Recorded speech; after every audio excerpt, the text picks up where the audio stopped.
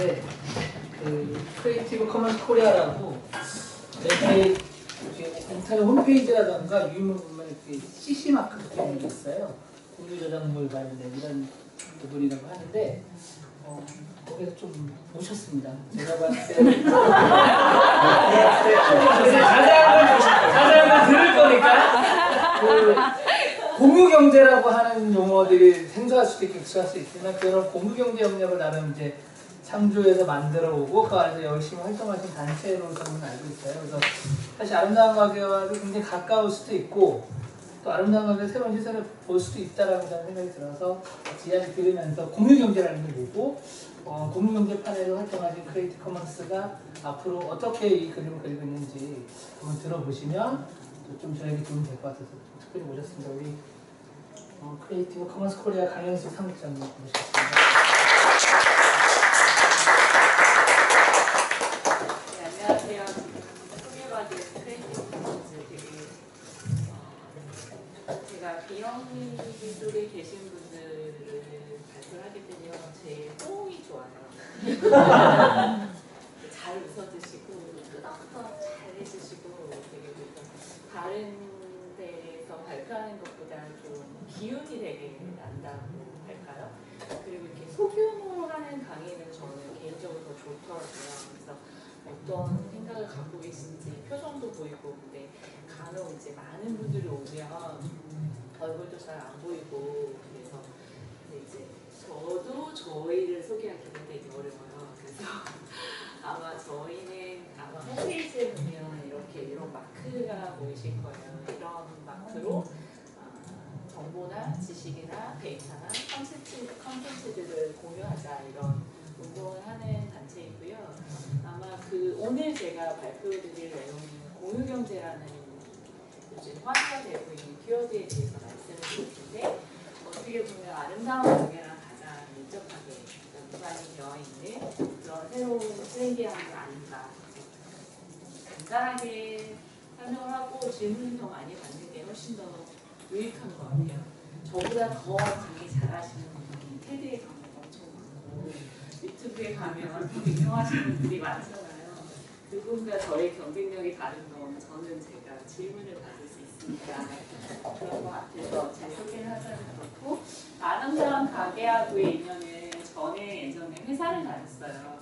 다음 커뮤니케이션 IT 기업을 다니다가 제가 퇴사하기 전에 한 2년 정도 사회공헌팀에 있었거든요. 그때 이제 무작정 좋은 일을 하면서 돈을 받으면 참 좋을 것 같아야 돼서 그때 이제 TO가 났는데 제가 손을 들었어요. 저 한번 하고 싶다. 근데 일이 잘 되려고 하니까 원래 부서 이동이 새로 입사하는 것보다 훨씬 힘들거든요. 근데 우연히 다 이렇게 빨리빨리 이렇게 돼서 제가 마지막에 퇴사할 때는 사회공헌팀에 있었어요. 그래서 되게 재밌게 직원들하고 같이 기본 운동도 해보고 또 다음 직원분들이 참 좋은 사람들이 참 많아요. 제가 그 회사를 물론 다녀서 그럴 수도 있는데 어딜 가도 되게 칭찬을 많이 받았어요.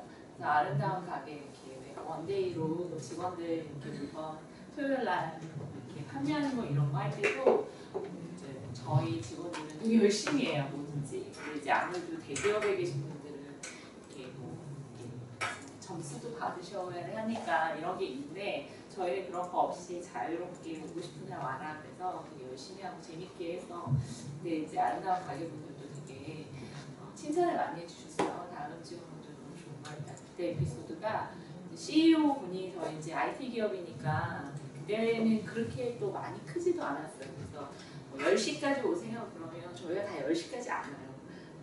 10시 20분 막 이러거든요. 근데 이제 CEO 분이 이제 10시까지 온 거예요. 그러니까 이제 아름다운 가게분들은 이제 CEO 분이 10시까지 왔는데 직원이 안 온 거예요. 그러니까 다른 대기업에서는 뭐 사장관이나 이렇게 오면 다 긴장하시고 막 사진 찍고 그런데 이분은 거의 청바지에 티셔츠를 막 입고 왔는데 직원이 안 와서 막 어디시냐고 그래서 곧 가요. 대표님 오셨어요. 좀만 기다리시라고 뭐 이런. 그리고 이제 대표님이 벌써 이렇게 물건 파셨어요. 근데 이제 잠깐 팔고 가실 줄 알았는데 다 팔고 가셨거든요, 진짜. 그런 문화를 가지고 있었던 아주 재밌었던 에피소드가 아름다운 가게가 있었고 같고 공유경제는 정말 어려운 게 아니라 너무 잘 아실 것 같은데 이게 이제 미국에서 자료된 6개월 이후에 여전히 물건을 사용하고 있을 확률에 대한 데이터를 뽑았는데 그러니까 이런 거예요. 제외되는 건 고장이 나거나 안 써서 창고에 있거나 서랍에 있거나 그런 게 아니라 내 손 안에 계속 사용될 수 있는 물건의 확률이 1%밖에 안 된대요. 1%를 제외한 나머지 99%는 사용하지 않거나 고장이 났거나 이런 문제고 미국 같은 경우는 저희보다 더 심해서 물건을 계속 사다 보니까 그 넓은 땅덩어리의 집에 물건을 쟁여놓을 곳이 없어서 창고를 렌트를 하는 비즈니스 사업이 따로 있대요. 그래서 저희는 또 그 정도까지는 아니지만 그래도 1%는 아니지만 저희도 어떤 때는 이게 필요해서 사는 건지 아니면 이런 이야기는 저보다 더 현장에서 알고 계시니까 그리고 뭐 이런 것들은 너무 잘 알고 계시니까 근데 공유경제가 왜 공유경제라는 게 어려운 게 아니라요 안 쓰는 유료 물건을 같이 사용하는 거거든요. 그래서 어떻게 보면 공유경제 비즈니스 모델은 아름다운 가게하고 경쟁이 될 수도 있다는 생각이 저는 보면서 생각을 했어요. 왜 공유경제가 왜 우리가 민방이랑 에어비앤비가 뭐가 다르냐. 근데 좀 다른 건 뭐냐면 혹시 지금 보니까 CD를 다 사셨을 것 같아요. 한 번이라도. 그죠?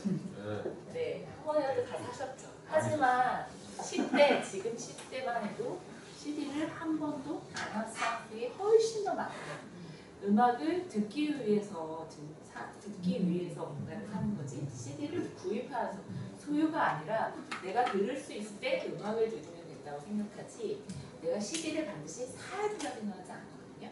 그러니까 사람들은 이제 서비스를 사야 되는 게 아니라 내가 들일이 필요해서 사는 게 아니라 들일이 필요할 때 이용할 수 있는 접근에 대한 방법만 제시를 하면 살 필요가 없는 거예요. 그래서 인터넷이나 모바일의 이 환경이 공유경제의 큰 확산을 만드는 거죠. 그래서 사람들이 모두 다 연결이 되어 있는데 이 연결고리는 정말 우리만 그러잖아요. 모든 전 세계 사람들이 연결돼요. 근데 정말 모든 전 세계 사람들이 연결이 되어 있으면서 개인과 개인이 연결하는 기술이 발달을 되면 이런 얘기하면 좀 막 괴로우시죠? 무슨 얘기야? 되게 막 좋죠. 근데 저 이거 그냥 넘어가셔도 돼요. 그리고 사람들 막 여러 번 페이스북에 좋아요 누르잖아요. 그 좋아요가 되게 중요한 평판으로 남는 거예요. 그리고 여러분한테는 잊혀질 권리라는 게 없어요.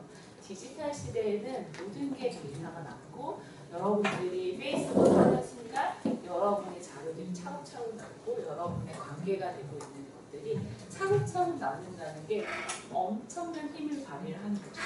그래서 예전에는 돈도 되게 중요했지만 요즘에는 평판이 중요하고 우리가 예전에는 광고가 되게 중요했잖아요. 전지현이 파는 냉장고를 꼭 사야 전지현이 될 것 같고 멋진 남자 원빈이 선전하는 물을 먹어야 내가 원빈 될 것 같고 이건 아니지만 그래도 왠지 그렇게 선전하면 너무 이게 많은 사용자들의 소비자의 소비 욕구를 많이 자극했죠. 하지만 요즘에는 SNS나 옆 사람이 내가 써봤는데 굉장히 좋더라. 이게 훨씬 더 많은 사람들에게 작용을 하게 되는 거죠. 그리고 옛날에는 물건을 갖고 있는 게 아니라 이제는 물건을 액세스하는 게 이제 더 중요한 그런 이제 시대가 된 거죠. 그래서 공유경제 얘기하면 에어비앤비 얘기를 제일 많이 해요. 그래서 에어비앤비가 어떻게 보면 공유경제의 가장 대표적인 모델인데 에어비앤비는 말 그대로 내가 안 쓰는 방이거나 방을 다른 사람이 사용할 수 있게 하는 거예요. 여러분이 민박을 대학교 때 MT 민박 많이 가셨어요. 민박이랑 큰 차이가 없어요. 근데 왜 사람들은 여기에 열광을 할까? 왜 여기의 자산은 몇십 조, 지금 에어비앤비 기업의 자산은 몇십 조거든요. 만약에 몇십 조는요, IT 기업에서의 몇십 조는 가끔 저는 IT 회사를 다니니까 그런 생각을 해요. 정주영 회장이 벌떡 일어나겠다. 너네는 공장도 없지. 기술력도 뭐 그렇게 있는 것 같지도 않고 우리는 막 엄청난 배도 만들고 자동차도 만들고 물건 팔고 뭐 공부하고 하는데 너네는 야, 너 서버 좀 있고, 그죠? 직원들 있고, 한데 몇십 조 이 자산은 현대중공업, 현대자동차보다 훨씬 더 큰 가치를 갖고 있거든요. 왜 사람들은 에어비앤비 이렇게 열광을 할까? 에어비앤비 모델이랑 뭐가 민박이 다를까? 이 포인트만 여러분들이 좀 이해하시면 개념이 좀 이해할 수 있어요. 우리나라에도 한옥이 있어요. 그러니까 에어비앤비랑 비슷하게 안 쓰는 집이나 방을 쉐어하는 서비스가 있어요. 그래서 코자사나 B&B 프로라는 서비스가 있는데요. 제가 조금 더 구체적이게 에어비앤비의 메커니즘에 대해서 설명을 해볼게요. 에어비앤비는요, 숙소를 등록을 하고 게스트가 가입을 해요. 그러면 내가 만약에 제가 아르헨티나에 출장을 가야 했었거든요. 그러면 아르헨티나의 민박집을 내가 어디서 갈 수 없죠. 그죠? 그러니까 에어비앤비에 가서 아르헨티나 며칠 나는 이번에 집에 있는 건 그렇고 집을 통째로 출장을 같이 직원들과 같이 갔으니까 집을 통째로 쓸 수 있는 거 지역은 어디 검색 쫙 했어요. 그러면 관련된 집이 쫙 나와요. 그리고 위치도 나와요. 어느쯤 완전히 정확하게는 안 나와요. 어디쯤 하고 이렇게 동그랗게 나와요. 그럼 구글 지도를 보면 구글 지도에서 여기는 공항에서 얼마나 걸리구나, 행사장에서 얼마나 걸리구나 검색하면 다 알 수 있는 거예요. 그러면 저는 그걸 보고 나 이거 방이 되게 좋은 것 같다 라고 하면 이 호스트가 바로 저한테 오케이 해줄 수도 있지만 저한테 물어봐요. 넌 아르헨티나 왜 와? 넌 어떤 일을 해? 넌 며칠 정도 아르헨티나에 있는데 너는 뭐에 관심이 있어? 물어봐요. 서로. 저도 물어봐요. 거기는 위치가 뭐 하던데, 아니면 화장실 들리는 있니? 아니면 방에 만약에 내가 늦게 들어갈 때는 어떻게 해? 서로도 물어봐요. 물어본 다음에 그래 좋을 것 같아. 오케이 하면 거래가 성사되는 거예요. 그러니까 단순하게 쭉쭉쭉쭉 놓고 이렇게 되는 게 아니라 뭔가 이렇게 편리한 뭔가를 집어넣는 거예요. 예를 들면 아름다운 가게의 가장 성공적으로 대중적으로 할 수 있는 여러 가지 요소가 있었겠지만 제가 예전에 다음에 있을 때 물건을 안 쓰는 물건이 회사에 너무 많은 거예요. 창고를 정리를 하면 뭐 몇 박스, 몇십 박스가 나와요. 근데 이거를 다시 잘 사용하고 싶지만 사용할 수 있는 방법에 대한 것들을 찾는 게 너무 저희한테는 번거로워요. 근데 제가 아름다운 가게에 전화 한 통만 하면 아름다운 가게에서 몇 달 며칠 차가 한 대 또 와요. 그럼 저는 기부하면 돼요. 그러면 아름다운 가게에서 잘 써주시잖아요. 그리고 기부해 주셔서 고맙습니다라는 인사도 받고, 저는 이 물건을 어떻게 기부할지를 여러 가지의 많은 일들을, 수많은 일들을 고민하는 게 아니라 너무너무 편리하게 잘 활용해 주시는 또 다른 시스템이 있기 때문에 저는 아름다운 가게에 전화를 하거든요. 에어비앤비 시스템도 마찬가지인 거예요. 내가 어디를 여행을 가는데 거기는 어디에 있는지 뭐 하는지, 그 다음에 관련 정보나 이런 것들을 한 번에 해결할 수 있으니까. 그리고 게스트가 이렇게 요청을 하면 저한테 문자가 와요. 호스트한테 몇월 며칠인가 계약하고. 그럼 저는 문자에서 그냥 회신을 보내도 이 시스템으로 접목돼요. 그러면 제가 이동을 하면서 굳이 홈페이지에 가서 에어비앤비 사이트에 가서, 그게 아니라 문의가 들어와요. 몇월 며칠 나는 남자 한 명인데 너는 집에서 잘 수 있니? 아니야 미안해, 우리 집 여자만 가능해. 그냥 문자 보내면 돼요. 우리가 채팅을 하듯이. 그러니까 사람들은 이용을 하게 되는 거죠. 그래서 우리나라의 하루에 이 에어비앤비를 이용하는 그 숫자는 하얏트나 이런 호텔을 이용하는 숫자보다 훨씬 더 많아요. 그리고 사람들은 끝나고 나서 이 집이 어땠는지 올려요. 제가 이 집은 예를 들면 시끄러웠다, 도심에서 가까웠다, 별도 주고 막 해요. 그러면 다른 사람이 옆에 계신 분이 이 집을 봐서 이러이러한 게 있구나. 그리고 저는 제가 호스트면 게스트한테도 올려요. 이 게스트는 되게 잘 썼다. 그러면 이제 이 게스트 같은 경우는 이렇게 사람들이 이 게스트는 굉장히 커뮤니케이션도 잘하고 되게 사려 깊었다. 그러면 저도 그런 걸 보고 이 게스트는 평판이 좋구나 했을 때 앞에서 거래를 할 때 오케이 이렇게 하는 거죠. 그러니까 이거에 하나의 시스템이 만들어지면서 민박의 차이가 있는 거예요. 그러니까 저도 민박집 전화하면요, 경험 그런 거 있지 않아요? 전화해요. 아주머니 방 있나요? 아, 네, 방 있어요. 아, 그럼 몇 명이에요? 아, 네, 몇 명이요? 몇 달 며칠? 그러면 아, 내일 하고 끊어요. 예약해요. 그러면 어디 계좌를 입금하라고 해요. 그럼 막 계좌 입금. 아, 네, 계좌번호 지금 계좌를 입금했는데 확인해 주시겠어요? 아, 그럼 좀 이따 네, 하겠습니다. 그래요. 또 그럼 나중에 생각, 그걸 어떻게 찾아가지? 다시 전화해요. 거기를 어떻게 찾아가죠? 이렇게 전화하죠. 근데 문제는 제가 민방을 이용했을 때 가장 불편했던 거, 갔을 때 내가 상상했던 거랑 너무 다른 경우가 많아요. 그리고 할머니가 너무 불친절한 경우가 많아요. 왜냐면 저는 끝내기 소중하니까. 그래서 할머니가 전화 받을 땐 친절한데 빨리 자라고 그러고 그런 경우가 있으시잖아요. 근데 여기서는 평판이 남는 거예요. 그러니까 서로 친절하게 할 수 있는 거죠. 차도 볼까요? 차는 내 차를 공유하는 건 아니에요. 하지만 소카나 이미 다 아실 것 같은데 설명해볼까요?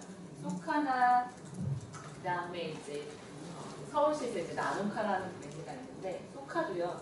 렌트카랑 큰 차이가 없어요. 제주도 여행 가실 때 렌트 어떻게 하세요? 전화하시죠. 아니면 예약하시죠. 그럼 어떡하죠? 공항에 가서 중저비용진 내고 자차 보험은 얼마고 뭐뭐 얼마고 막 사인하시죠. 그 다음에 다시 어떻게 해요? 다시 찾기 바로 다시 쓰고 다시 갖다 놓고 홀수이 있는지 없는지 다 확인하죠. 근데 여러분들이 차가 없는데 집 근처에 렌트카를 이용하지 않는 이유는 뭘까요? 렌트카가 어디 있는지 모르고 가서 계약서를 쓰고 또 자차를 확인하고 이런 번거로운 작업들이 굉장히 불편한 거예요. 그래서 소카 같은 경우는 어떻게 하냐면 소카랑 렌트카랑 하는 건 어디에 있는지 다 미시 표시를 해요. 네. 소카는 그러니까 렌트카랑 똑같은 건데 같이 쉐어할 수 있는 차들이 어디 위치에 있는지를 다 해요. 그럼 저는 마포구에 살거든요. 마포구에 우리 집 근처에 어디 있나 확인을 하죠. 그러면 회원 가입을 해요. 그 다음에 제가 어플리케이션으로 몇 월 며칠 내가 잠을 가야 되니 몇 월 며칠 예약을 해요. 그러면 위치가 어디 있구나 어디 있는지 지도를 확인을 해요. 그 다음에 제가 회사를 가는 게 아니라 제가 이 어플리케이션이나 이 카드로 차문 앞에 보면은 이런 기계가 있어요. 그럼 뚝 이렇게 돼요. 그러면 문이 뚝 열려요. 그럼 그 밑에 차 키가 있어요. 그럼 여러분 차를 써요. 그다음 다시 그 주차장에서 파킹해요. 그다음 다 끝났으니까 이거를 다시 앞에 차문 앞에 그 기계에다가 딱 인식해요. 그럼 문이 딱 잠겨요. 그러면 여러분이 차량이 반납되면 여러분들이 쓴 금액은 제가 입력되어 있는 카드로 결제가 돼요. 이해되셨어요? 그러니까 렌트카에 가서 자차 보험을 하고 하는 게 아니라 그냥 내 집 앞에 주차장에 있는 차처럼 집 근처에 있는 차를 이용을 해서 사용을 하는 거예요. 여러분들이 왜 처음에 저 직장생활 딱 몇 년 하고 나서 그 다음에 딱 했던 게 뭐죠? 원래 직장생활 3년, 5년 하면 이제 차는 있어야지. 그쵸? 근데 요즘 대학생들은 소카를 이용해요. 그러면 이 학생들은 저처럼 직장생활 한 다음에 차를 사야 되겠다 생각할까요? 안 하거든요. 옛날에는 옆집, 저 어릴 때만 해도 옆집 아저씨가 무슨 차를 샀는지만 굉장히 그 집에 부의 상징이었잖아요. 근데 요즘에는 누가 무슨 차 샀더라 이런 얘기 안 하잖아요. 그냥 차는 내가 어딜 가는데 편리하게 이용하면 되는 거죠. 그러니까 사람들은 특히 20대들 같은 경우에는 아버지 차 몰래 가져가는 게 아니라 그냥 소카에 가서 학생들 4명 MT 간다 그러면 이 차를 빌려가는 거예요. 훨씬 렌트카보다 싸고요. 가까운 거리 갈 때는 택시보다 싸요. 근데 얘의 단점은 차량을 반납하는 거에 단점이 있어요. 왜 제가 여기서 도봉구까지만 가고 싶지 여기서 올 때 다른 방법으로 가고 싶거든요. 근데 약간 요 문제에 불편한 점 있지만 사람들은 차를 이렇게 이용을 하는 거예요. 쉐어하우스는요, 또 하나의 요즘에 사회적 문제 중에 하나가 1인 가구가 너무 많은데 집이 너무 넓잖아요.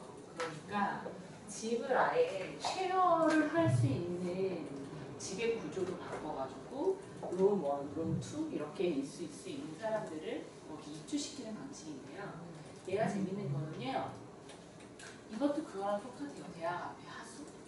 근데 다 재밌는 건 뭐냐면 비슷한 관심사에 있는 사람들을 이 집에 입주시키는 거예요. 1호점은 예비 창업가들이에요. 창업가들이 이 집에 같이 사는 거고, 이호적은 미술을 좋아하고, 뭐 사무적은 사회초년생. 사회초년생은 아마 주요한 대화가 상사 뒷담화겠죠. 얼마나 밤에 같이 비슷한 또래의 분들이 상사 뒷담화를 할 줄 아시면서 즐겁겠어요. 또 어떤 지점은 지금 20부까지 있는데 요리를 잘하는 사람들을 위한 집이에요. 그 집은 당연히 부엌을 넓게 만드는 거죠. 그래서 요리를 잘하는 사람들을 찾습니다 하고 요리를 잘하는 사람들이 여기에 지원을 해요. 그러면 거기서 지원자가 많기 때문에 선택을 하거든요. 근데 요리를 잘하는 사람들의 집에는 꼭 필요한 구성원이 있어요. 잘 먹는 네, 그래서 5명을 모집하는데 3명은 요리를 잘하는 사람, 2명은 잘 만들어진 음식을 잘 드시는. 이분 두 분 너무 좋을 것 같죠? 설거지 하시겠죠? 그래도 그런 것처럼 컨셉을 만들어서 집을 공유를 하는 거죠. 그래서 이제 우주라는 서비스이고 20대들이 생각보다 돈이 서울에서 주거 비용이 굉장히 많이 들잖아요. 하지만 그 주거에 대한 퀄리티는 사실 높지 않거든요. 그래서 그런 사회적 문제에서 시작된 게 이제 쉐어하우스라는 거죠. 그다음에 뭐 코워킹 스페이스 같은 경우는 너무 많고요. 스페이스 클라우드라는 건 뭐냐면 이 코워킹 스페이스를 다 검색할 수 있어요. 예를 들면 여기서 세미나를 한다. 그러면 세미나와 강연 공간을 줬거든요. 그 다음에 왜 주말은 안 되는 데 있죠, 제가. 막 전화하잖아요. 주말은 되나요? 뭐 추천은 되나요? 그게 아니라 뭐 쉐어하우스냐, 뭐 여기는 이제 사는 공간, 뭐 여행자들을 위한 거, 공용 작업실, 아니면 뭐 춤출 수 있는 곳, 뭐 이런 것처럼 분류를 다 해놨어요. 그래서 여기서 검색을 해서 보면 어디에 위치가 있고 뭐가 있고 확인할 수가 있는 거죠. 근데 얘의 가장 중요한 건요, 이 서비스가 중요하다는 게 아니라요, 이 서비스에 등록하는 사람들이 개인들이 굉장히 쉽게 올릴 수 있다는 거예요. 그러니까 에어비앤비는 에어비앤비 서비스가 중요한 것도 있지만 제가 에어비앤비의 포스트로 우리 집을 사진을 찍고 우리 집에 대한 정보를 모든 개인들이 할 수 있다라는 거예요. 그러니까 여러분이 블로그를 만들든가 페이스북을 하는가 이런 것처럼.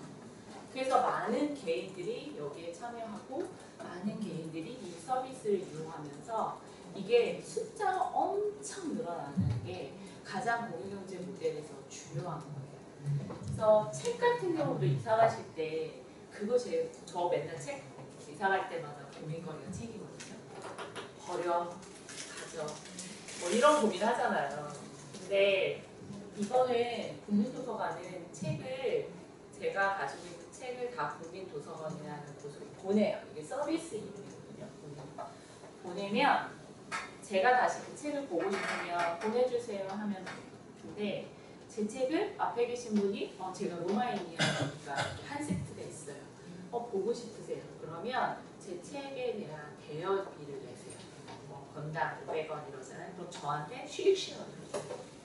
그러니까 저는 제 책을 누구한테 주는 게 아니라 국민도서관이라는 곳에 보내놓으면 국민도서관에서 사람들이 다 볼 수 있도록 공유하고 대여를 하면 저한테 그거에 대한 수익금을 주시는 거예요. 저는 그러면 그 포인트로 쌓인 걸로 여기 계신 분이 뭐 다른 책이 있어요. 나 저거 빌려봐야지. 그러면 저한테 제가 신청을 하면 보내주는 방식이에요.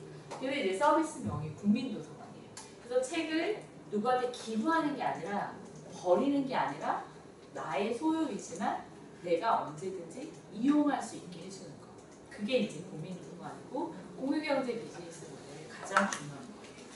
예를 들면 방을 제가 누구한테 완전 주는 게 아니라 제 방을 누군가한테 빌려주는 개념인 거죠.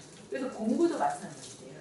공부도 장난감도 마찬가지고 누군가가 쓸 수 있도록 해주는 거죠. 또 물건 공유도 마찬가지고요. 이제 위주동 같은 경우는 지식에 대한 공유라고 해서 내가 가지고 있는 노하우를 소규모 모임에서 할 수 있는 거죠. 그리고 마이 리얼 트립이라는 서비스가 있는데 얘는 제가 만약에 파리에서 공부를 하는 유학생이라면 저만큼 파리에서는 잘 아는지는 못하겠죠. 그러면 제가 일일 가이드가 되는 거예요. 저는 예를 들면 파리에 무슨 공연을 하는 걸 되게 잘 알아요. 저는 이런 걸 잘 안 입고 저는 몇 시에서 몇 시까지 가이드를 해줄 수 있어요. 하지만 저한테 가이드 비용은 15만 원입니다. 그러면 그걸 보고 나 이 사람한테 가이드 해야 되겠다 하고 이 사람한테 가이드를 하는 거죠. 그래서 이 서비스는 굉장히 인기가 많은데 가장 인기가 많은 타깃이 누구냐 물어봤더니 20대보다는 40대의 분들이 부모님이랑 회합이나 이런 걸로 왜 여행 가시잖아요. 그러면 막 30명, 20명 패키지 가기 싫은데 부모님 두 분, 자녀분 두 분, 애기들 그럼 한 6명 정도 되는데 바쁘니까 또 프로그램을 다 짤 수는 없고 하니까 이런 가이드를 줘서 이제 1일 가이드 같은 거예요. 전담 가이드. 근데 중요한 거는 이분들은 이거를 본업으로 하는 경우도 있겠지만 본업이 아니라 학생, 유학생인데 이런 것들을 할 수 있는 거죠. 그래서 이 서비스도 굉장히 인기가 많고 지금 2,000건보다 아마 훨씬 더 많을 거예요. 그리고 정장 공유하는 서비스나 아동 의류 공유하는 서비스 같은 경우도 이렇게 이제 캐플이라는 서비스가 있고요. 정장 공유 서비스는 이제 정장을 공유받은 다음에 20대들이 취업이나 이런 거 할 때 정장이 필요할 때 이제 이용할 수 있도록 하는 서비스인데 생각보다 굉장히 잘 돼요. 네, 나중에 키플 서비스도 한번 만나보시면 되게 키플의 오픈 널리농장 서비스도 만나보시면 좋을 것 같은데요. 그래서 제가 공유경제를 요약을 하자면 가장 중요한 거는 개인과 개인의 거래고요. 개인이 유휴 자원을 공유하는 거예요. 그러니까 제가 이거 공유경제 때문에 이렇게 맨날 발표만 하다가 에어비앤비를 제가 안 해볼 수 없잖아요. 그래서 한번 해봤어요. 제가 또 때마침 방이 하나 남아서 내가 한번 해봐야겠다 도대체. 그래서 방을 나를 정리를 제가 했죠. 제 방을 엄청 들었는데 그 방은 네, 막 저 방 문 열면 막 우주주주 쏟아질 것 같아요. 그래서 침대도 조금 저렴하지만 깔끔한 걸로 제 방에는 액자도 없는데 그 방에 액자도 이렇게 사진 찍어서 올렸어요. 근데 딱 첫 번째 게스트가 상하이에서 난 너네 집에 있고 싶은데 있어도 되니? 그러더라고요. 그래서 그래 너는 뭐 오니? 뭐 여행하러 오니? 뭐 나이는 난 몇 살이야? 뭐 이런 거 서로 오케이 해서 첫 번째 게스트가 왔어요. 근데 두 반, 세 반인 거예요. 이게 진짜 이상한 애 보면 어떨까? 뭐 이런 생각도 들면서 근데 다행히 왔는데 너무너무 좋은 친구가 왔어요. 중국인 하면 우리 좀 편견이 좀 있잖아요. 시끄럽다, 지저분하다. 근데 전혀 아니더라고. 편견은 좀 있더라고요. 한국 남자가 다 잘생긴 줄 알더라고요. 그래서 저한테 이제 저녁에 치맥이 너무 먹고 싶대요. 왜? 그랬더니 한국 드라마에서는 항상 치맥을 먹는 거예요. 근데 이제 혼자 치킨 맥주를 먹기는 좀 그러니까 저한테 이제 연락이 왔어요. 오늘 저녁에 나랑 치맥을 먹을래? 그래서 자기가 치킨을 사올 테니까 집에서 먹자고. 그래. 그래서 둘이 이제 치맥을 먹으면서 얘기를 했는데 한국 남자들은 다 잘생긴 줄 알더라고요. 좀 아닌 것 같아요. 이런 얘기 해주면서 근데 너무 신기했어요. 우리 집에 뭐네? 네, 그건 그냥 되는 사람들만 되는 것 같고 근데 공유경제가 중요한 건 뭐냐면요. 돈이 돼요. 그러니까 내가 기부하는 게 아니라 제 집이 1박에 제가 4만 원을 받았거든요. 그러면 한 5일 만에도 20만 원이 제가 벌어지는 거예요. 그러니까 괜찮네. 이게 되는 거죠. 근데 비즈니스 모델의 가장 중요한 건 돈이잖아요. 그래서 생각보다 이게 괜찮네라는 게 생기면서 사람들이 더 많이 하는 거죠. 그래서 이제 제일 중요한 건 뭐냐면 개인과 개인이 거래를 이루어지는 거다 보니까 신뢰가 정말 중요해요. 예를 들면 제가 어느 호텔에 머물 때는 그 호텔의 네임밸류만 보고 믿거든요. 제가 뭐 하얏트를 가면서 하얏트가 위험하진 않을까? 하얏트에 있는 점원이 내 방을 습격하면 어떡하지? 이런 생각은 안 하잖아요. 근데 예를 들면 내가 어느 집에 에어비앤비로 누구네 집에 샌프란시스코 갔는데 걱정할 거야. 내 방을 습격하면 어떡하지? 아니면 나쁜 놈이면 어떡하지? 집이 지저분하면 어떡하지? 그래서 공유경제는 개인과 개인이 거래를 이루어지면서 신뢰가 굉장히 중요해요. 그러다 보니까 평판이 굉장히 중요하고요. 또 하나 공유경제가 잘 되는 이유 중에 하나는 개인의 물건만 공유하지 않고요. 개인이 가지고 있는 컨텐츠도 공유한다는 거예요. 예를 들면 제가 방을 공유할 때 제가 방만 아무도 한 번도 만나지 않고 방만 공유하는 게 아니라 물론 방만 공유하시는 분들도 있어요. 하지만 에어비앤비가 사람들이 좋은 거는 현지인을 만날 수 있는 거예요. 그리고 현지인하고 대화하고 현지인이 먹는 밥을 같이 먹을 수 있고 그리고 내가 알고 있는 여행 컨텐츠들을 나에게 물어볼 수 있는 거. 그래서 에어비앤비든 뭐든 물건을 공유하는 게 플러스 개인이 가고 있는 컨텐츠를 공유하는 게 이제 에어비앤비 공유경제에 가지고 있는 좋은 장점 중에 하나인 거예요. 그래서 공유경제의 오는 긍정적인 시각 중에 하나가 뭐냐면 커뮤니티를 다시 부활할 수 있겠다. 없어진 도시의 공동체 커뮤니티. 예를 들면 물건을 공유하면서 뭐 지금 제가 말씀드린 건 다 비즈니스랑 관련되는 건데 예를 들면 그런 게 있어요. 이제 랜드쉐어라고 그래가지고요. 내 집 앞에 텃밭이 있는데 이거를 내가 농사를 짓기는 좀 귀찮고 누군가가 내 텃밭을 썼으면 좋겠다. 그러면 그분이 이제 연결을 해요. 그 텃밭 써도 돼요? 오케이 해서 서로 거래가 성사되면 제 텃밭을 여기 계신 분이 농작물을 만들어요. 그러면 그 농작물을 저랑 다른다. 근데 그러면 농작물만 반으로 나눌까요? 아니겠죠. 이번에는 뭐 열무가 잘 됐네요. 이런 얘기도 하고 뭐 어떤 때는 이거 한번 드셔보세요 하고. 그러니까 저희 사무실이 5층에 있는데 옥탑방이에요. 그래서 테라스가 있어요. 근데 저희 지하에 카페에 계신 분이 너무 화분을 키워보고 싶은 거예요. 그래서 그러면 저희 사무실에 그 옥상 테라스가 많으니 거기서 키우세요. 근데 정말 너무너무 예쁘게 키우시는 거예요. 그래서 꽃도 키우시고 거기서 방울토마토도 키우시고 오이도 키우시고 그래서 다 자연스럽게 굉장히 거기가 되게 멋진 공간이 되어 있고 그분이 방울토마토가 나오면 꼭 저희한테 한번 먹어보라고 주시고 그러다 보면은 서로 이런저런 얘기를 하게 되는 거죠. 오늘은 어쩌고 저쩌고 하네요. 그분은 이제 환경재단에 오랫동안 공부하시더라고요.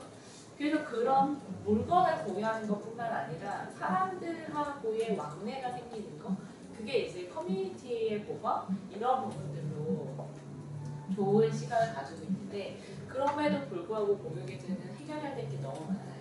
예를 들면 과세가 문제예요. 제가 12만 원을 벌지만 세금을 내고 싶지 않겠죠? 그죠?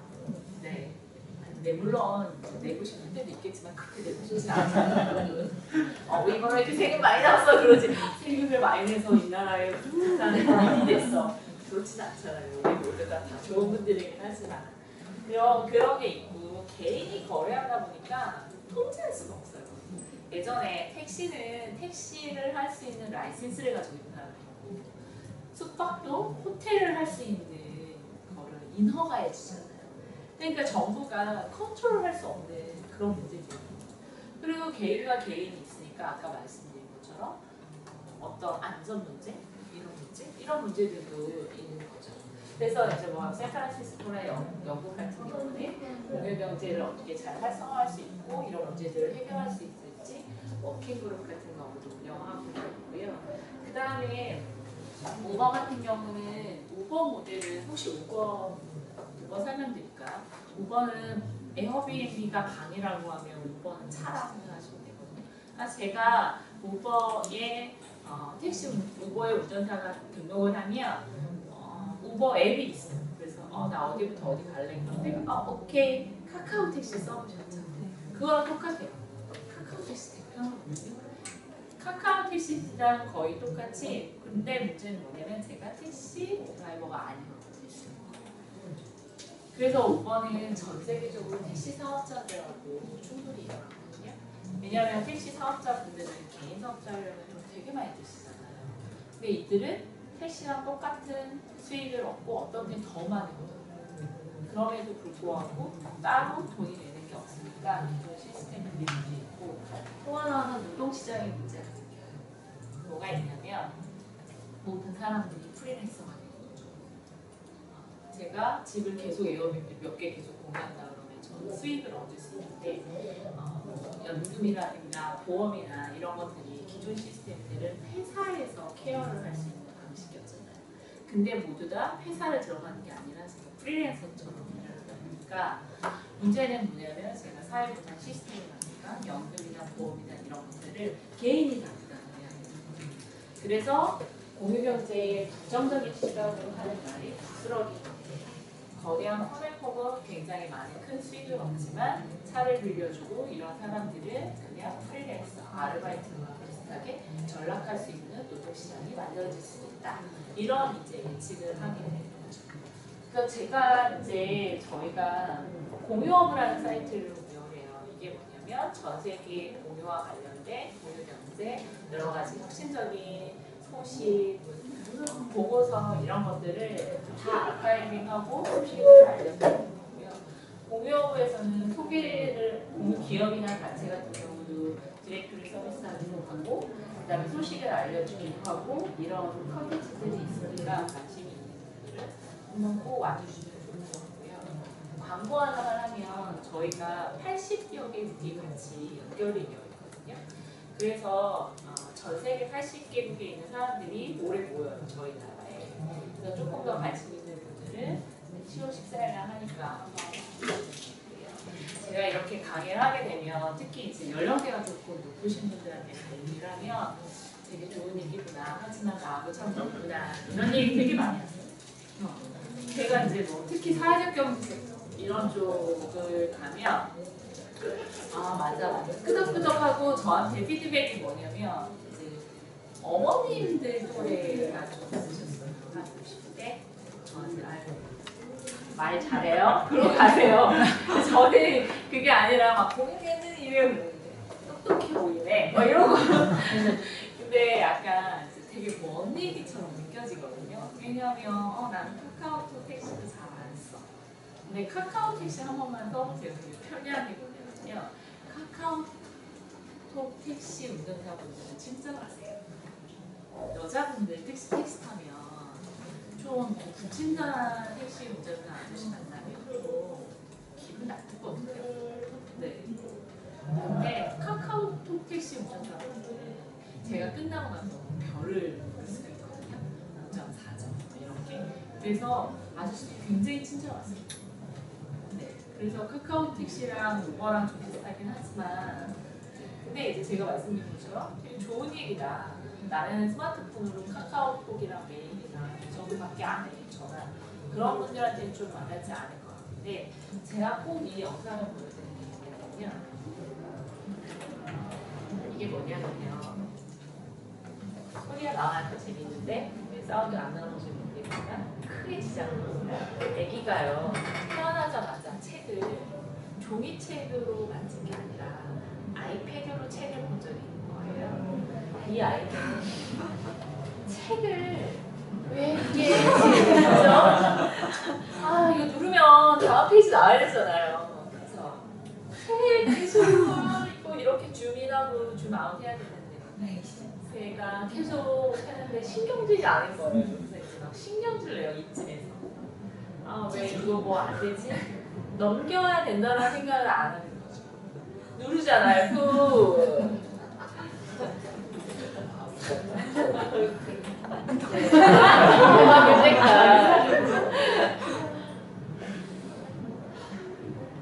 진짜 여기서 이제 애가 신경질 내는 신이거든요. 소리 질러요. 왜 안 되지? 그래서 얘가 이제 아이패드를 보고 이제 보면서 이제 내 맘대로 되는구나. 네, 이런 얘기를 하고 이런 영상을 제가 왜 보여주냐면 지금에 계신 저도 CD를 사고 테이프를 갔던 세대들은 좀 다르겠지만 지금의 10대 더 어린 세대들은 그냥 호텔이 아니라 이제 에어비앤비를 이용하는 게 너무 당연할 수 있고 그 다음에 차는 사는 게 아니라 그냥 내가 속하는 이런 차를 이용하면 우리가 지하철을 이용하는 것처럼 이용하는 게 굉장히 당연할 수 있겠구나. 그래서 어떻게 보면 아름다운 가게에서도 중고 물건을 내가 가게 가서 사야 되는데 그게 아니라 모바일이나 다른 방법으로 사람들한테 제공해야 하는 게 사람들이 원하는 니즈일 수도 있겠다. 그런 생각이 들고요. 제 강의는 저희가 이제 이런 운동을 제일 많이 해요. 제 강의는 CC 바이거든요. 절짝짠 표시만 하면 자유롭게 쓰셔도 됩니다. 그래서 컨텐츠도 공유하고 할 수 있고요. 네, 제 발표는 여기까지 마치고요. 네, 질의응답을 15분 넉넉하게 15분. 질문 있으세요? 강의 재밌게 잘 들었고요. 그런데 지금 그 CC 코리아의 그러면 사업 모델은 뭔가요? 아, 저희는 비영리 단체예요. 아, 네, 그래서 저희는 좀 재미있는 조직 얘기를 하자면 저도 발런티어였고 그냥 모두 다 발런티어였어요.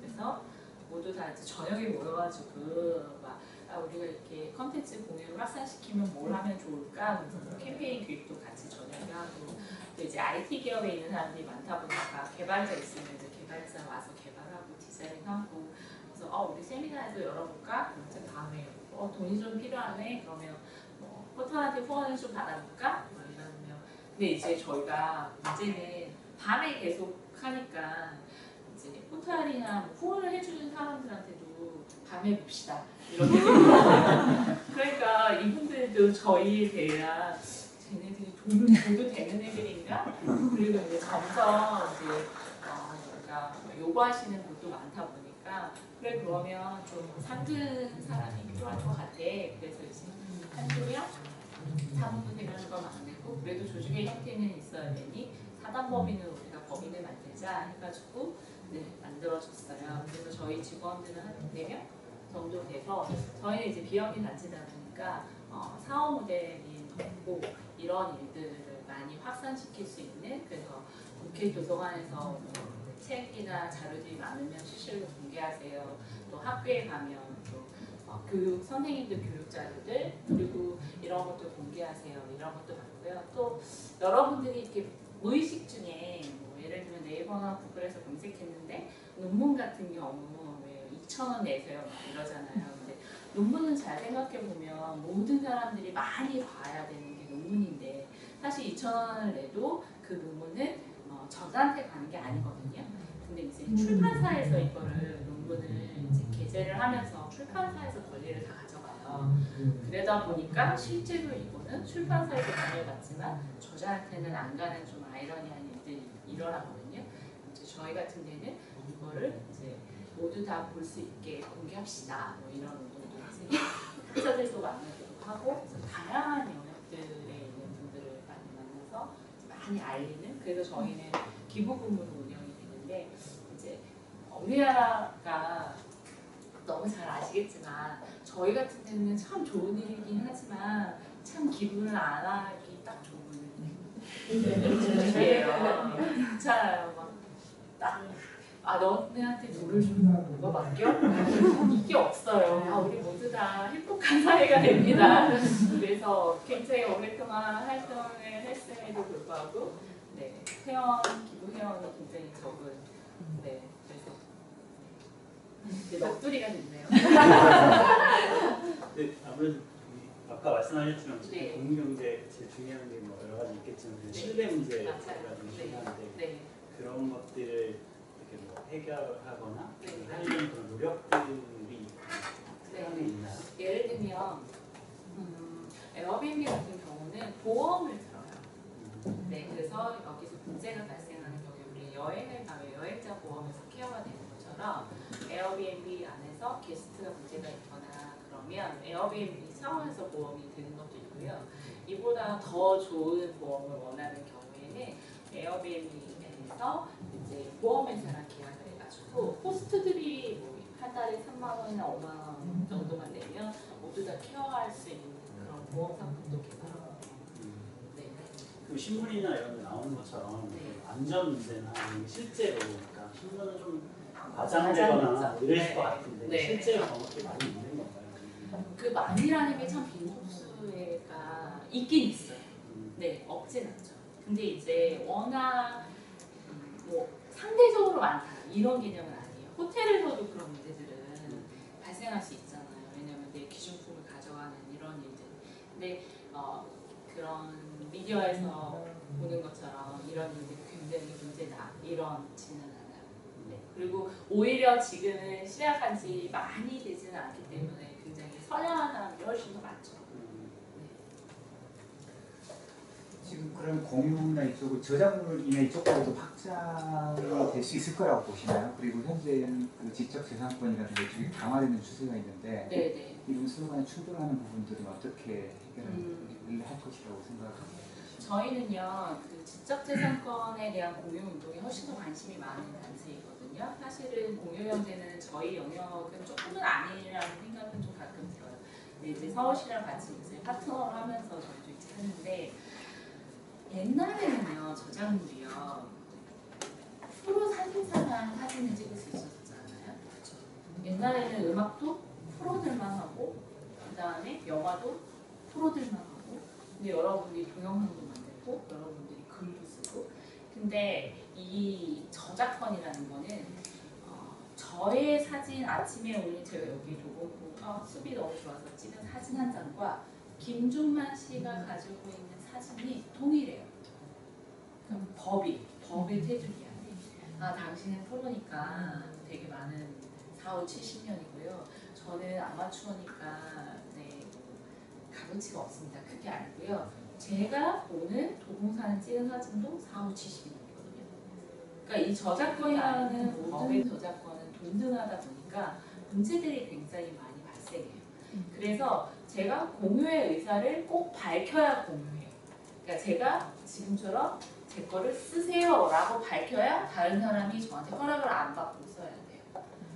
안 받고 사용하실 수 있거든요. 근데 모든 저작물들이 다 그럴 필요는 없거든요. 굉장히 값어치가 있는 저작물도 있지만 그거는 상위 3%도 안 되고요. 97%는 우리가 공유하기조차 하는 저작물들이 훨씬 더 많을 수도 있거든요. 그래서 물론 이 3% 특허나 돈과 굉장히 밀접되어 있는 저작권들은 훨씬 더 강화가 되겠지만 이 나머지 97%는 더 많은 사람들이 공유해줄 때 더 값어치가 있기 때문에 저는 오히려 이 부분의 양대 산맥이 같이 가지만 이 부분이 훨씬 더 크고 이 부분이 훨씬 더 값어치 있는 변화들이 만들어질 거라 생각하고 그런 변화들은 지금도 많이 이루어집니다.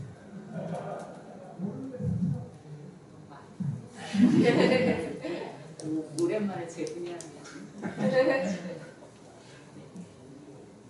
네. 5년 우리 5년 후는 어떨까요? 5년 해보신다면 저는 공유경제의 5년 후는 지금보다 훨씬 더 많은 급성장을 할 수 있을 것 같고요. 구체적으로 어떻게? 일단 저는 제가 생각하기에 부정적인 시간은 하나가 있어요. 공유경제에 대한 어떤 게 있냐면 글로벌한 회사들만이 살아남기 딱 구조가 좋아요. 그건 공유경제뿐만 아니라 IT 기업이 가지고 있는 속성 중에 하나예요. 지금 네이버나 다음이 국내 포탈들이 굉장히 열심히 선방하고 있지만 구글의 기술력, 구글의 정보력 이런 것들을 따라갈 수가 없거든요. 공유경제도 마찬가지인 게 뭐냐면 에어비앤비를 국내의 코자자 서비스들이 따라갈 수가 없어요. 왜냐하면 전 세계 사람들이 쓰는 거거든요. 그래서 공유경제든 IT 기업들이 초독점의 단점을 가지고 있어요. 그래서 5년 후가 되면은 그 초독점의 문제들은 훨씬 더 심화될 거라고 생각해요. 그러면 우리는 세국 정책을 써야 되느냐? 저는 요즘에 그런 생각하거든요. 제2의 어떻게 보면 문호 개방이겠구나.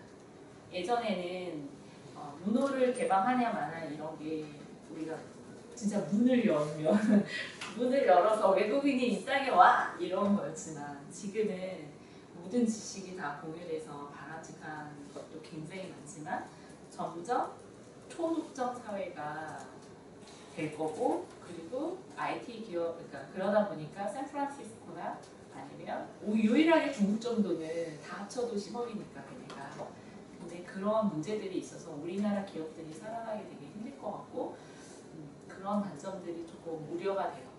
그래서 지금 공유경제 비즈니스 모델이 굉장히 우리나라한테 전 세계로 봐서는 큰 흐름이긴 한데 우리나라한테는 우리나라 경제에는 어떤 영향을 미칠까 이게 굉장히 저의 질문 중에 하나인 것 같아요.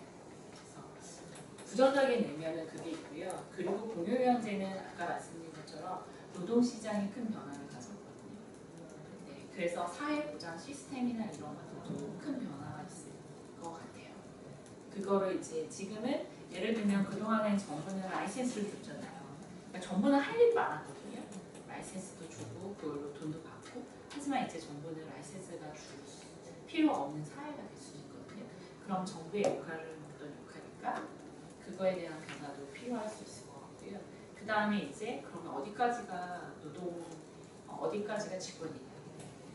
네. 지금은 너무 자연스럽게 에어비앤비에서 집을 빌려주는 저 같은 사람이 저는 에어비앤비한테 어떤 보장 시스템을 받을 필요는 없다 생각하지만 점점 사람들은 저처럼 에어비앤비를 몇 개 하고 또 어떤 때는 가이드도 하고 점점점 단절된 노동의 시장의 변화를 가져올 거라고 보거든요. 그게 굉장히 자유롭게 내 직업을 선택하는 거에 대한 긍정적인 것도 있지만 또 어떻게 보면 굉장히 노동의 질이 떨어질 수도 있다라는 생각이 들어요.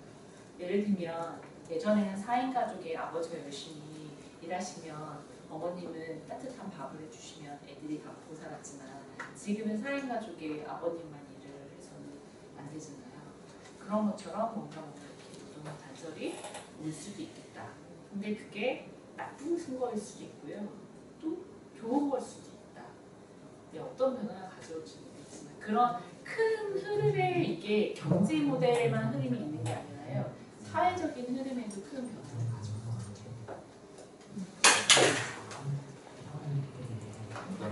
사람들이 좀 행복해질까요? 지금 때문에 우울하고 맞아요. 저도 행복해지면 좋을 것 같아요. 행복해지 그거까지 다른 게 또 재밌는 게 있을 수도 있고. 그러니까 전에 기술에 되게 관심이 많거든요. 그러니까 백그라운드가 IT 기업에 있기 때문에 그래서 이제 사회적 경제나 이제 저도 여기에 온 지 이제 한 6년 정도가 됐어요. 그래서 이렇게 많은 분들이랑 이제 이렇게 말씀을 나누면 제가 이런 얘기를 하면 그 되게 먼 얘기 마치 이렇게 공상과학 영화 얘기하듯이 생각하시는데 생각보다 기술이 많이 다 가까이 있거든요. 그러니까 여러분들이 이제 막 로봇이 요즘에 되게 이슈잖아요. 아름다운 가게에서 이제 로봇을 채용해야 할 수도 있거든요. 왜냐하면 로봇의 진화는 여러분들이 만들어낸 정보 때문에 진화되거든요. 여러분들이 아침에 페이스북에 좋아요를 누르고 여러분들이 페이스북에 글을 올리고 나의 감정 상태가 어떻고 내가 어디를 가고 저기를 가고 그 다음에 모든 지식과 책이 디지털화가 되면서 로봇이 스스로 공부하거든요. 그래서 허라는 영화 보셨어요? 거기서 보면은 사만다가 열심히 공부하잖아요. 사만다가 이 남자가 사만다한테 제가 무슨 얘기를 했냐면 어느 기자님이 저한테 로봇이 잘 되면 밥 뭘 먹고 살지? 막 그런 얘기하면서 그래도 인간의 감정은 인간이 잘 알 수 있지 않을까? 그런 얘기를 하시더라고요. 집에서 사모님한테 혼나는 이유가 뭐세요? 남자분들 많잖아요. 여자분이 A라고 얘기하면 A 뒤에 A-1이 있는데 A만 이해하시잖아요. 그죠? 그래서 잘 못 알아들으셔가지고 맨날 혼나시잖아요. 사만다가 왜 그 남자하고 되게 그러니까 로봇이랑 사귀는 건데 왜 그러냐면 이 남자의 감정 상태에 따라 이 남자가 어떤 말을 하고 이 남자의 감정 상태에 따라서 이 사람의 심박수는 어떻게 되고 이거가 다 데이터가 쌓거든요. 그러면 사만다가 이 사람 지금 기분이 꿀꿀하구나. 그럼 이 사람한테 노래를 불러주면 좋아하겠다. 이런 솔루션을 갖고 있거든요. 어떻게 보면 내가 쌓는 데이터 때문에 생겨나는 거거든요. 그러니까 점점 로봇은 진화하게 되고 로봇이 A라고 0이라고 인풋이 나오면 다른 아웃풋이 동일하게 나오는 단점을 갖고 있었지만 여러 가지의 정보들이 이제 많아지면서 그 정보를 가지고 우리가 말 그대로 딥러닝을 하거든요. 그래서 최적화된 답변을 내가 가져오거든요. 그래서 아름다운 가게에서 물류센터에서 일하시는 분이 사람이 아니라 로봇이 하는 게 훨씬 더 정확하고 훨씬 더 서울전시사. 그 한국에서의 공유경제는 사회적 경제에 속해 있어서 모두 이렇게 처음에 초기 단계에는 소셜 밸류를 가지고 시작을 하시잖아요. 근데 말씀 중에 5년 후에는 이제 글로벌리 독점 막 이렇게 얘기가 나오니까 이제 사회적 경제에 되게 반하다는 느낌이 들거든요. 네. 그래서 지금 크고 있는 뭐 에어비앤비나 뭐 그런 그 글로벌한 그런 공유경제 기업들의 초기 단계에 드라이브가 뭐였는지 궁금합니다. 그러니까 맨 처음에 지금 에어비앤비가 가장 지금 무서워하는 거는 법적인 제재예요. 그러니까 우버가 지금 우리나라에서 아웃잖아요. 그런 것처럼 그래도 이 나라의 세금 정책을 할 수 있는 것 중에 하나는 법이거든요. 그리고 이제 맨 처음에 에어비앤비에서 그러니까 지금 질문하신 것 중에 공유경제는 단어가 가지고 있는 의미 때문에 사회적인 섹터에서 좀 그런 이게 약간 언어의 합의가 좀 필요한 것 같아요. 공유경제는 말 그대로 공유하면서 생기는 비즈니스, 가치가 생기는 문화가치가 만들어지는 공유경제인데 그 중에 에어비앤비처럼 굉장히 큰 회사들도 있지만 또 아까 렌트쉐어라든가 아니면 집밥을 공유한다든가 이런 지역 안에 로컬에서 일어나는 또 소비의 또 다른 소비가 있거든요. 근데 이제 그 말을 협력적 소비라는 말을 많이 쓰기는 해요. 그래서 공유경제 제가 오늘 소개해드린 거는 좀 공유경제의 메커니즘을 이해시키기 위해서 큰 기업들을 많이 소개를 했는데 작은 기업들이라든가 아니면 로컬 안에서 이루어지는 뭐 집밥을 공유한다든가 아니면 같이 뭘 만들어서 서로 이렇게 나눈다든가 그런 영역도 또 굉장히 많이 활성화되어 있죠. 근데 이제 그건 좀 있어요. 한국에서 공유경제 처음 할 때 약간 그런 좋은 느낌, 사회적 경제랑 비슷한 느낌 이런 느낌이 있는데 그걸 굉장히 거부하는 기업들도 굉장히 많고 우리는 사회적 문제나 이런 것들을 해결하기 위해서 한 거지 좋은 일을 하겠다는 뜻이 아니었다 라는 기업들도 있고 또 그렇지 않은 기업들도 있고 그래서 공유경제 입구로 좋은 기업 이거는 확실히 아닌 건 맞아요. 네, 근데 이제 두 가지의 약간 이렇게 좀 결이 있는 거. 근데 우리나라는 사실 아주 잘 되는 공유기업이 소카 정도. 근데 이제 소카는 사실 공유경제라고 말하기 좀 어렵거든요. 내 개인 차를 공유하는 게 아니기 때문에 한 차를 같이 쓰는 건데 소카의 그러니까 성장은 굉장히 빠르게 이루어지고 있고요. 지금 굉장히 잘 하고 계신 기업 중에 하나고 나머지 연예인업장도 이제 잘 하고 계시긴 하지만 에어비앤비나 뭐 이런 큰 굵직굵직한 회사들처럼 뭔가 파괴적인 혁신이 일어나는 기업들은 그렇게 많지 않아요. 그리고 한국에서는 그렇게 많이 나오기 쉽지 않아요.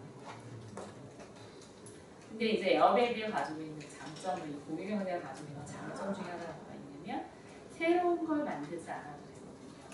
그래서 브라질에서 올림픽을 할 때 우리나라 올림픽 같은 거 하면 지금 평창올림픽에도 호텔 만들어야 되죠. 뭐 여러 가지 많이 만들잖아요. 근데 우리 아시잖아요. 경기장 안 되는데 너무 많잖아요. 그거 들어가는 비용도 굉장히 많이 들고 유지 비용도 되게 많이 들고 그래서 브라질 올림픽 같은 경우에는 아예 에어비앤비랑 제휴를 해요. 그래서 호텔 짓지 않습니다. 꼭 지어야 되는 호텔만 짓고 호텔을 짓지 않고 대신 에어비앤비 같이 쉐어하는 그런 거는 아주 환경적인 부분에서도 되게 크죠. 그래서 저 국내 기업 중에 B&B 히어로 같은 데는 여수 강남일 때 여수시랑 제휴를 했어요. 그래서 여수 할머니들 할머니도 못 하시니까 직원들이 사진 찍어가지고 올리고 할머니들 이제 스마트폰 못 하시니까 예약 들어오면 할머니 오늘 3시에 외국인 3명이 갑니다. 전화하시고 그 순천만 정원축제 거기도 이제 순천시랑 제휴했는데 이제 순천 같은 경우는 50대가 굉장히 많으시대요. 그래서 집이 40평대가 되게 많은데 이제 자녀분들은 다 서울에 가서 사시니까 방이 굉장히 많이 남아서 순천 같은 경우는 행사 기간에 순천시랑 제휴해가지고 이제 그 방을 대신 이제 시나 이런 데서 다 확인을 해서 괜찮은 것만 운선해서 리스트업하는 거죠. 그래서 이제 오는 관광객들이 호텔을 가는 게 아니라 오히려 지방은 호텔보다 그런 게 훨씬 더 좋죠. 또 아주머니들이 요리도 잘하시잖아요. 아침에 밥도 주시고 이런. 그러니까 그 모델을 굉장히 잘 활용을 하는, 그러니까 막 좋고 나쁘다가 아니라 어떻게 활용을 하느냐에 따라서 좀 다른 것 같아요. 그래서 뭐 샌프란시스코 같은 경우는 재난이 났을 때 우리는 다 태풍이 나면 그런 학교 거기에다가 몰아넣잖아요. 다 몰아넣고 그냥 이불 막 주시고 막 이렇게 하는데, 그게 아니라 이제 에어비랑 샌프란시스코를 제휴해서 재난이 나는 경우에 에어비앤비 방을 그런 사람들, 재난 이미 그런 사람들이 재난민들이 이용할 수 있게 하겠다. 그리고 그 기간에는 에어비앤비가 존재됩니다. 그러니까 그 호스트하는 거는 그런 경우에는 이렇게 체육관 안에 있는 것보다 내가 누군가의 집에서 되게 편리하게 케어를 받는 따뜻한 그런 느낌이 있겠죠. 그래서 여러 가지 시도들을 많이 하는 것 같아요. 그래서 저도 기업들도 좋고 나쁘고 이런 걸로 평가받는 거에 대한 부담감이 좀 있어요. 그래서 너무 그런 걸로 드러내지 않으려고 경험도 만약에 물건 구매하는 게 너무너무 쉬워지면 기부하지 않을 수도 있어요. 그렇죠? 네, 제가 막 물건 구매하는 게 너무 쉬워가지고 바로바로 누구한테 거래를 하거나 빌려주거나 이럴 수 있다고 하면 네, 아름다운 가게 또 다른 위험이 있지 않을까요? 예, 더 질문 혹시? 하나만 좀. 네. 아, 예. 공용제 아까 말씀하신 대로 그 법적인 제재가 좀 큰 걸림돌이라고 하잖아요. 네. 그렇게 생각을 하는데 네. 앞으로도 법적 제재가 더 공유문제가 커짐에 따라서 같이 더 클지 아니면 줄어들지 이게 좀 궁금하고요. 네. 아니면 이제 그거에 대한 이제 대안으로 아까 뭐 보험이나 이런 것들 말씀하셨는데 네. 뭐 다른 우리나라 아니더라도 네. 보험 아니고 다른 뭐 대안들이 좀 있는지도 궁금합니다. 예전에요. 제가 다음에 다녔을 때 다른 대표님이 이메일이라는 거를 처음으로 이메일을 무료로 이메일 서비스를 해서 다음이 컸잖아요. 그때 당시에 무슨 얘기냐면 메일은 우편이잖아요. 그러니까 우편물은 나라에서 관장을 했던 거예요. 최신청, 뭐 이런 우체국, 그죠? 근데 어떻게 개인이 편지를 주고받는 시스템을 만드냐. 이거는 허락을 받아야 된다. 그랬던 시대가 있었다는 거예요. 뭐 지금 생각하면 말이 돼? 이렇죠. 근데 지금도 어떻게 보면 그럴 수 있거든요. 숙박업은 숙박업이라고 땅땅땅 당신은 숙박업입니다 라는 사람만 이용할 수 있게 하는 게 현재의 일이고, 앞으로 사람들은 더 많은 사람들이, 법이라는 건 그렇잖아요. 이게 많은 사람들이 시대적 흐름이 바뀌면 법도 바뀌어야 되는 거고, 그러니까 많은 사람들이 공유할 수밖에 없는 구조이거든요. 그래서 저는 법이 지금 제재가 있는 게 이슈가 있긴 하지만 그거에 맞게 법이 제정이 바뀔 것 같아요. 예를 들면 영국 같은 경우는 모든 사람들을 그래 세금을 부과하지 않겠다. 하지만 한 달에 10일 미만에 있는 사람들을 부과하지 않고 10일 이상으로 보는 사람들은 업자로 본다. 이런 사람들은 세금 부과하겠다. 그리고 이런 사람들은 제재하겠다. 이렇게 가이드 지금 법을 개정하고 있거든요. 그런 것처럼 사람들이 많이 쓰면 쓸수록 법을 바꾸게 되어 있는 것 같고, 그거에 맞게 제재를 하겠죠. 그리고 이제 아직 다른 시스템 이런 것들은 여러 가지 보완을 하고 있는 것 같아요. 시스템적으로. 예를 들면 여러분들이 페이스북을 쓰시잖아요. 그리고 검색이 된다는 거는 정말 놀라운 일이거든요. 모든 게 검색이 된다는 거. 그래서 이름 석자만 적으면 이 사람이 누군지 사실 알 수 있거든요. 그래서 노출의 시대에서는 개인의 평판과 이 개인의 신뢰는 어떻게 보면 자연스럽게 만들어져 있는 거고, 그래서 사람들은 어떤 걸 이제 하려고 하냐면, 에어비앤비는 아직 그런 시도까지는 아니지만 여러분의 이제 신용평가 이런 것들도 이제 연가시킬 수 있겠죠. 이 사람이 어떤 신용평가를 갖고 있다든가. 그래서 그런 메커니즘들을 뒷단에서 좀 하려고 하는 것 같아요.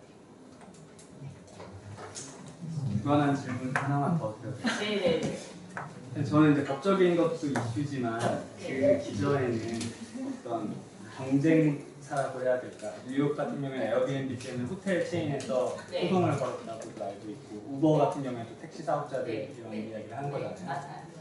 근데 어쨌든 그러면은 법적인 것보다 그런 그로 인해 공유경제로 인해서 피해를 보는 어떻게 보면 그런 네. 주체들이 있는 건데 네. 공유경제가 확산됨으로 인해서 이들에게 어떤 끼치는 변화나 이런 것들이 있을까요? 기술이 발달하면 발달할수록 사람들은 이 필요로 하지 않거든요. 여러분 예를 들면 스마트 카드 이용하면서 예전에 오라이 하셨던 분들 안 계시잖아요. 그렇죠? 네. 그리고 뭐죠? 그 도로도 네네 그런 분들도 그러니까 기술이 발달하면 할수록 우리는 굉장히 편리하게 사는 반면 사람을 필요로 하지 않는 거는 비단 공유경제의 문제뿐만 아니라 다른 많은 기술들이 생기는 문제이기 때문에 이제 우리는 무엇을 먹고 살까를 우리 스스로 찾아야 되는 그런 생각이 들고 아마 그 문제는 앞으로도 계속 역사적으로도 계속 부딪혀 왔던 문제들이고 새로운 비즈니스 모델을 만들면 기존에 있는 비즈니스 사람들하고 계속 부딪혔을 때 생기는 것들을 이제 대중들이 어떤 걸 더 많이 쓰느냐 어느 정도 보호할 수 있는 거는 한계적인 시기가 있는 것 같고 택시의 문제를 계속 법으로만 제재할 수는 없거든요. 사실 우버 시스템들은 굉장히 편리해요. 그래서 특히 해외 갔을 때 언어적 장벽이 없어도 내가 있는 위치와 어디 가겠다라고만 하면 우버가 어디 있는지 다 보이거든요. 차번호 보이고 그리고 저는 그 택시 드라이버랑 아무 말 하지 않아도 데려다주고 제가 등록되어 있는 카드로 결제가 되거든요. 그래서 굉장히 그런 편리한 시스템들이 대중들이 어떻게 많이 사용하느냐에 따라서 법도 바뀌고 제도도 바뀌고 감사합니다. 예.